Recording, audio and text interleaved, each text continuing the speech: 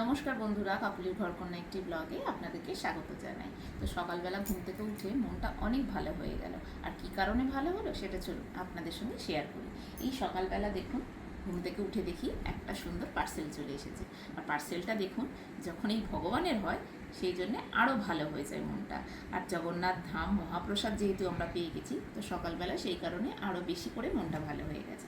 তো চলুন এই মহাপ্রসাদের মধ্যে কী কী আছে সেটা আপনাদের সঙ্গে শেয়ার করি।